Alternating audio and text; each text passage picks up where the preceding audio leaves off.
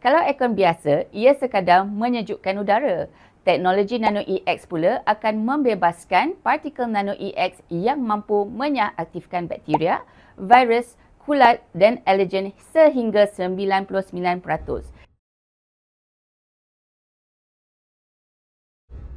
Hai, saya Dr. Nadia, Doktor Estetik dan Pengasas Klinik Demora.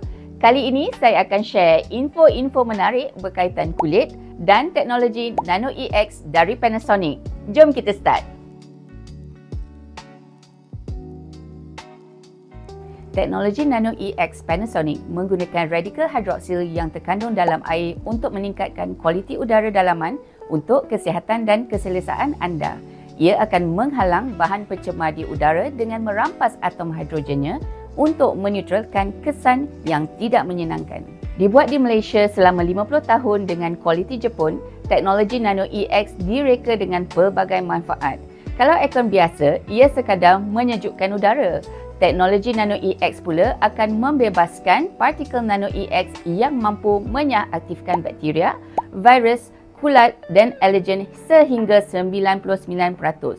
Jadi, udara bukan sahaja sejuk tapi lebih bersih dan selamat untuk keluarga.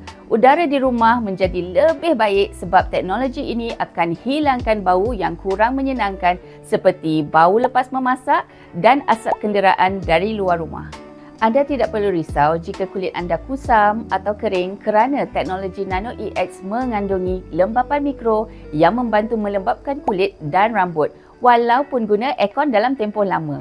Dengan semua manfaat ini, sudah pastilah lebih berbaloi untuk anda dapatkan aircon teknologi Nano EX, kualiti Jepun yang diyakini. Tidak dinafikan, kualiti udara di Malaysia kadang-kadang baik, kadang-kadang tidak. Sebab itulah, individu yang ada masalah sinus atau alergi perlu elakkan daripada terdedah situasi yang memburukkan alergi seperti karpet, pokok indoor dan perabot. Pastikan udara di dalam rumah dalam keadaan baik dan gunakan pembersih udara untuk membersihkan udara di rumah. Di sinilah aircon Nano EX berfungsi untuk membersihkan udara. Sekurang-kurangnya, udara di dalam rumah lebih baik berbanding di luar sana. Molekul Nano EX ini bergerak melalui udara untuk menetralkan bahan tercemar dengan merampas atom hidrogennya, menghalang virus, bakteria, alergi dan bau. Dan ini akan menghasilkan molekul air yang tidak berbahaya.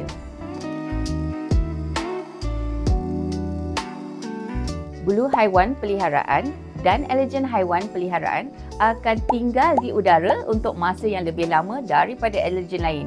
Ini kerana ia adalah mikroskopik lalu menjadikannya mudah untuk dibawa ke udara dan melekat pada perabot, peralatan tempat tidur, fabrik dan juga dibawa ke dalam dan keluar rumah.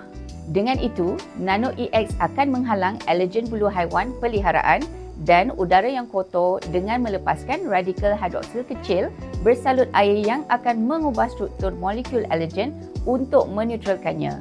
Kemudian, zarah nano yang dihasilkan akan merebak secara aktif ke seluruh bilik, melekat dan menyaktifkan bulu haiwan peliharaan dan bahan cemar lain untuk menyediakan udara yang lebih bersih. Aircon biasa hanya sejukkan ruang di dalam rumah, tapi aircon Panasonic yang menggunakan teknologi Nano EX bukan saja membuatkan rumah anda sejuk, tapi juga bersih, segar dan melindungi kesihatan keluarga anda. Sesuatu yang aircon biasa tak mampu buat. Jadi, tunggu apa lagi? Jangan lupa untuk dapatkannya sekarang. Diharapkan perkongsian ini membuatkan anda lebih memahami betapa pentingnya teknologi Nano EX dalam penghawa dingin. Dengan memiliki aircon Panasonic ini, anda bukan sahaja dapat menikmati udara yang sejuk, bersih dan sihat di rumah, malah dapat menjimatkan wang kerana ia dilengkapi dengan Clean Air Indicator. Jadi, tidak perlulah anda membeli pembersih udara yang berasingan. Cop! Jangan lupa shopping 11-11 ni dengan scan QR di skrin. Sebab korang boleh dapat 3+5 years warranty untuk general parts dan kompresor dan pemasangan percuma dari Panasonic. Bestnya! Bukan tu je, anda berpeluang untuk menang voucher Touch and Go bernilai RM50 setiap seorang dengan kongsikan 3 sebab kenapa anda suka menggunakan jenama Panasonic sebagai peralatan elektrik di rumah. Siapa tahu kan, anda mungkin tergolong dalam 4 pemenang bertuah. Sertai sekarang dan semoga kita berjumpa dalam siri Borak Doc yang akan datang. Bye-bye!